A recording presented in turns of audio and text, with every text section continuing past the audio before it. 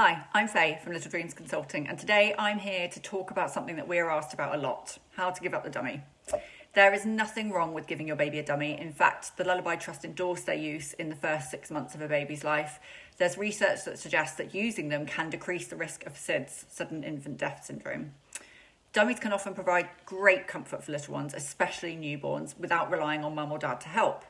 And we often get asked, when should we get rid of the dummy? And the answer very much depends on each individual child. The bottom line is that dummies aren't a problem until they are.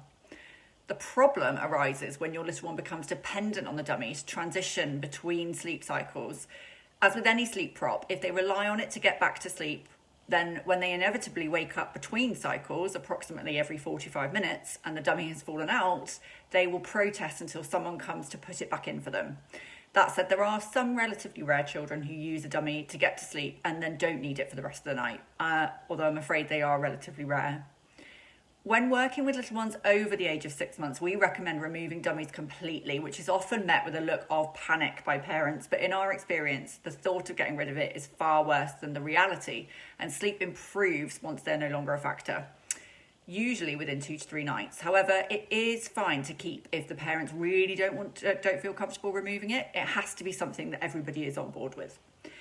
If you do decide that you're ready to remove the dummy, then in our experience, the best way to go about this is just to do it. Go cold turkey and commit to it. Ensure you've got rid of every last one, hiding in the house, in your bag, the car, grandma's house. That way the temptation to reintroduce it isn't there. It's also super important to remain consistent once you've removed it. If it's gone, it's gone. It doesn't suddenly reappear for a long car drive, or if your little one is grouchy one day, as that will be really confusing for them. So if you are thinking you would like to remove your little one's dummy, here are our top tips on how to do it. So the first one is, if they don't already have one, introduce a comforter or a teddy bear to help ease the transition and give them something to focus their attention on during the night. It could be useful if you have slept with it so that it's got your scent on it, and therefore it will offer them even more comfort. Be prepared for the first 2 to 3 nights to be tough. Know that you have met all your little one's needs, i.e. they are clean, fed and warm. They just aren't getting what they want, and this will take a little bit of getting used to on their part. However, one of the biggest needs that they have is uninterrupted sleep, which they will soon be getting as a result of this. How you go about physically removing the dummy depends on what suits your family best. So going cold turkey works well up to 18 months. However, after this point, your toddler will have formed a strong attachment to their dummy, and you'll probably need to be a little bit gentler on them in order to remove it. So prepare them. Toddlers love predictability. It helps them to feel safe and secure, and no one likes feeling like they've had the rug pulled from under them, especially toddlers. So make sure everyone is on board. Mum, dad, grandparents, childcare, everyone has to be singing from the same song sheet so that your toddler doesn't get confused.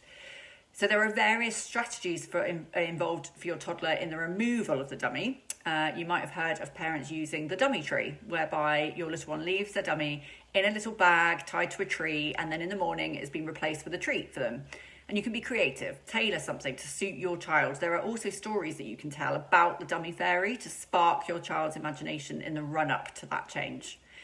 Take it slow. Start with removing the dummy from non-soothing situations. So if they've got into the habit of using it during the day at other times, then remove it then and use other distraction methods.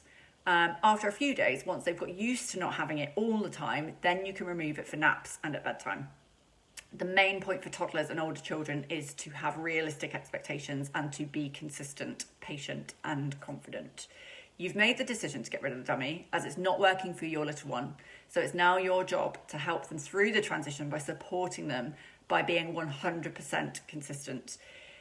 If you are concerned that your little one's dummy is causing more sleep problems than it's solving for them, please get in touch. We would love to help you all get some more sleep. And please don't forget to like and subscribe for more sleepy tips.